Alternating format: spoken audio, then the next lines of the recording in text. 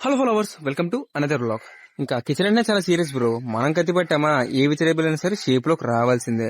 ఒకవేళ రాకపోతే చెఫా ఊరుకోడు. అందుకని చెప్పేసి మనం ఏ వెజిటేబుల్ అయినా సరే చాలా ఎస్థెటిక్ వేలో కట్ చేస్తాం అనమాట. ఎందుకంటే నువ్వు ఎంత బాగా కట్ చేస్తే పిజ్జా నీకు అంత బాగా వస్తుంది అనమాట.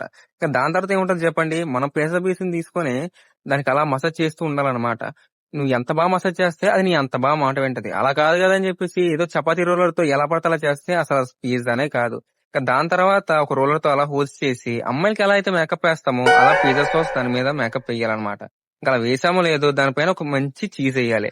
ఇంకా మన కిచెన్ అయితే ఎలాగో రెడీగా ఉంది కాబట్టి బగబగా మండి ఆ ఓవెన్ లో మనం ఆ పిజ్జాని పెట్టేసేయాలన్నమాట. ఇంకా అలా పెట్టేస్తున్నప్పుడే మన పిజ్జా బ్రో తొందరగా వచ్చే బ్రో నేను రెడీగా ఉంటాను అంటది. అలా వెనక్కి వెళ్ళానో లేదో మన వేఫల్ బ్రో అయితే నన్ను కూడా కొంచెం చూసుకో బ్రో అన్నాడు. ఇంకా సరే కదా అని చెప్పేసి మన వేఫల్ బ్రోని కూడా రెడీ చేస్తాం. ఇంకా దాని తర్వాత నేను వచ్చేసాను బ్రో అని మన బ్రో కూడా వచ్చేసాడు అనమాట. ఇంకా అలాగా పిజ్జాని పెట్టేసి చూస్తుంటే ఆహా నాకైతే నూరు ఊరిపోతుంది. ఎందుకు వరదు చెప్పండి. ఇంకా దాని తర్వాత ఏముంటది చెప్పండి, కిచెన్ అయితే బిజీ అయిపోయింది. ఇంకా ఇక్కడ టీమ్ సపోర్ట్ ఎంత కావాలో మీకే ఇప్పుడు తెలుస్తుంది చూడండి. మా టీం అయితే నాకు చాలా సపోర్ట్ చేస్తది కాబట్టి ఏ ఆపరేషన్ అయినా సరే నాది స్మూత్ గా వెళ్ళిపోద్ది అనమాట.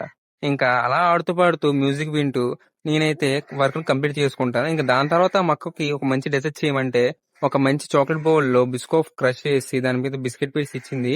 సూపర్ హ్యా.